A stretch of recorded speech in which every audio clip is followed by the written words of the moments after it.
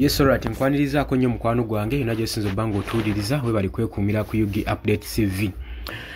Pulezidenti we South Africa Ramaphosa avuddeyo n'asambajja ebibadde byogera nti ye ali mu lutalo ne mukwano gwe munywanyi we nfanfe Paul Kagame ow'e Rwanda.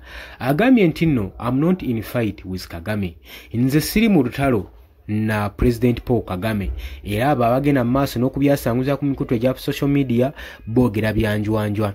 Oli ku Yugi Update TV gwatanatweyungako kirira wansi waliwo ekigambo subscribe kikoneko ojja kuba ng'osobola bulungi nnyo otweyungako gwe mukwano gwange ali eyo ampuliriza. Abali emitala w'amayanja mu diaspora mbalamusizzaako nnyo, mwebale kukola kyamaanyi nnyo okubanga mwekuumira ku mayengo gano aga Yugi Update TV. Kakati nno okusinziira ku independent ku mawulire agava mu Abidjan, President Paul Kagame ow'e Rwanda saako ne Cyril Ramaphosa ow'e South Africa basinkanye omulundi gwabwe ogwasookete ddala mu Abidjan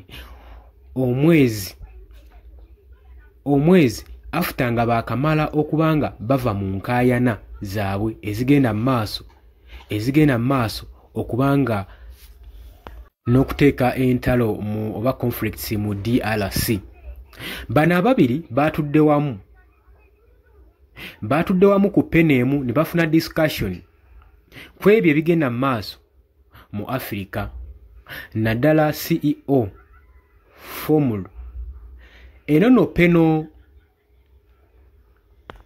yatuuliddwako Pulezidenti Mohamed Ould Ghazalania saako n'abakulembeze abalala okuva mu African Union okusobola okulaba nga badisikasinga ku nsonga egenda maaso mu Democratic Republic of Congo.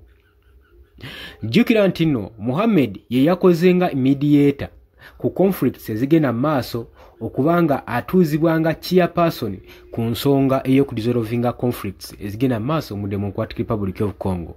Kagame ow'e Rwanda saako ne Ramaphosa babadde bagenda maaso n'okukomekkereza ebyabwe mu January nga bafollowinga disagreement egenda maaso ne response egambibwa nti nno ono Paul Kagame agenda maaso n'okubackinga abayekera bano aba M23 abagenda maaso n'okuyekera Democratic Republic of Congo, era nga negyebuvuddeko emabega balabibwako nga bawamba ekibuga Goma.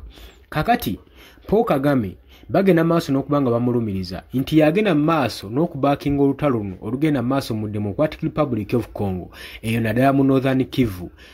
Era olutalo luno bukyanga lutandika ebibuga bibiri byakawambibwa omuli Goma, Bukavu saako ne airports nga Buvuma saako ne airport y'oku Goma, era ng'embeera newankubadde waliwo ceasefire tennaba kubanga eddizibwa mu nteeko, era ne bannansi b'eggwanga lino erya DRC tebannaba kubanga bakikakasa nti eddembe kituufu linaddizibwa mu ggwanga lyabwe, kubanga kino kye balaba kye babaga nti nno baguyinza okusizinga fire bakirabanga kiwejjowejjo ng'era awummudde tannatuuka, kubanga bagamba mbunnambiro olutalo oba conflicts obutakkaanya bwandiddamu, kubanga jasino kibakoze kya kusizinga fire. Lwaki balina endowooza eyo?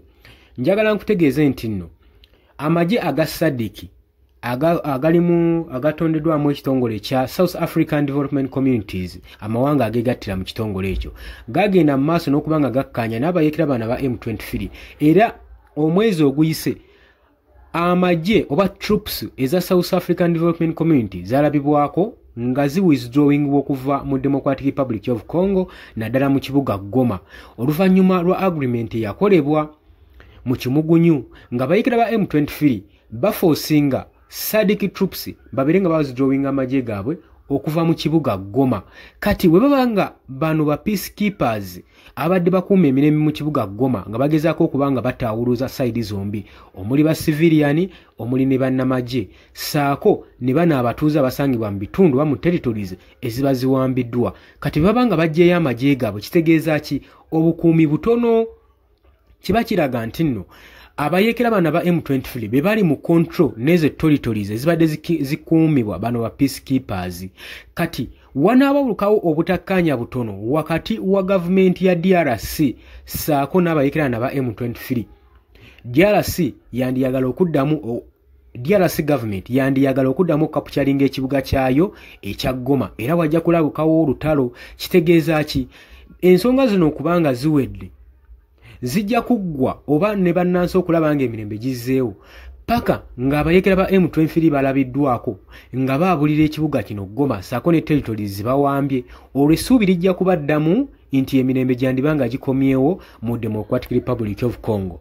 M23 ogenda maaso n'okwataakinga ba peacekeepers kyaviirako kubanga abantu bangi bafa n'amagye nga bafa. Nagambye dda nti bano aba South African Development Community oba tubayite aba SAMIC DRC mutabikiddwamu amawanga ag'enjawulo kubanga galwanirira eddembe lya DRC. Mwe muli Malawi, mwe muli ne Tanzania, mwe muli n'aba members aba UN organization abagezaako okucivilizinga mission mu Democratic Republic of Congo bridges. Naye South Africa troops gagena maaso n'okuwithdrawingibwa okuva mu DRC nga wenkugambye. Naye waliwo ceasefire wakati wa M23 ne DRC mu kaseera kano ke twogererako. Ceasefire weeri era baateesa ne bagamba nti no tubire nga tukomekereza olutalo tuwummuzeemu ku mmundu. Kino kirabikanga kyanibadde kibi nnyo okubanga omusaayi guyiibibwa wakati wa Rwanda abakulembeze wakati w'omukulembeze wa Rwanda saako ne South African counterparts. Utwogera ku counterparts tuba tutegeeza ki? Nti counterparts zino mulimu amagye agava mu South African Development Community agagenda maaso n'okulwanira ku side ya DRC. Kati ate Rwanda ebijjiramuwa oba abakulembeze b'e Rwanda babijjiramuwa. Jjukira nti nno kize kirumizibwa nti Rwanda yegenda maaso n'okubanga ebbakinga abayeekera bano so era nga bo bakiroganya nti tebagenda maaso na kulwanagana n'abayeekera okujjako balwanagana na Paul Kagame yennyini ow'e Rwanda. Ramaphosa agamba nti abadde mu contact ku ssimu ne Paul Kagame era nga bafuna communication. Tewali nsonga lwaki baba bagenda maaso nga bagenda maaso n'okuteekawo embiranye wakati waabwe bano ababiri.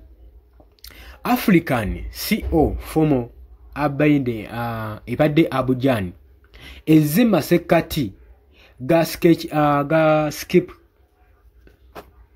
meeting ene badde Abidjan egendereddwamu okubanga egatta ebitongole omuli African Union intervention nabo babaddemu ne bakiika okusobola okulaba nga bateekawo embeera okusobola okulaba nga bakomekereza conflicts ezigenda maaso si mu DRC mukamuka wabula mu Sudan saako ne mu South Sudan saako ne generally n'ensonga enkulu egenda maaso mu Great Lake regions eri mu Africa. Aba experts abamu bagamba nti ceasefire eri wakati wa M23 saako ne DRC troops teyandibaddewo era teyanditeekinze press singa ab'obuyinza okuva eri mu Kata nga ab'obuyinza okuva eri mu Kata tebalwenjinga meeting wakati wa Paul Kagame ow'e Rwanda saako ne President Felix Tshisekedi owa Democratic Republic of Congo.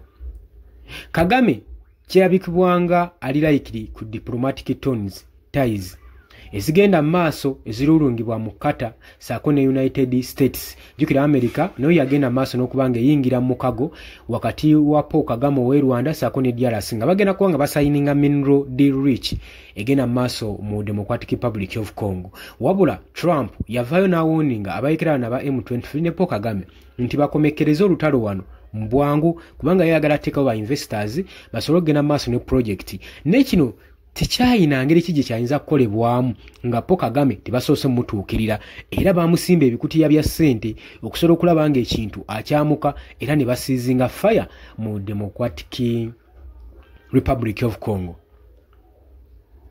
Wabula kino kijja gye tuli. Ramaphosa agamba oba Paul Kagame ye agamba nti tulina okuyiga okweyimirizaawo nga ffe mukimanye nti eno continent gye tulimu eyaffe eya Africa ffe abagitwala era ffe abalimu so tetwetaaga foreign policies oba tetwetaaga ba foreigners kujja tuinterviewinga kujja tugatta tusobola ensonga ezimu zizemalira nga ffe. Ye Paul Kagame watu wabagamba agamba era nze ekindabisa ne Ramaphosa okubanga bali mu lutalo nti twalemu okukkaanya ku nsonga eno osobola ogicontrollinga feka abali mu Africa mu continent eno ate ne tunonooza abeebunaayira ne tulowooza nti no bagenda okutuyamba ku buli kizibu ekigenda mu maaso okubeerawo mu Africa.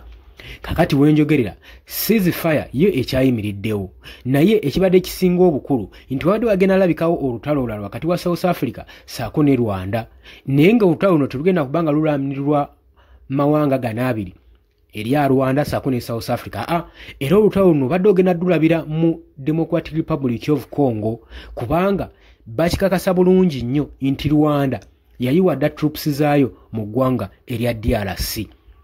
Oli ku Yugi Updates Civic Sinzo bango otuuliriza webale kwekumira ku mayingo gano wabula gwatannatweyungako kirira wansi wali ekigambo subscribe kikoneko oberenga otweyungako abali emitala w'amayanja mbanirizaako nnyo mbaagala nnyo mweraba.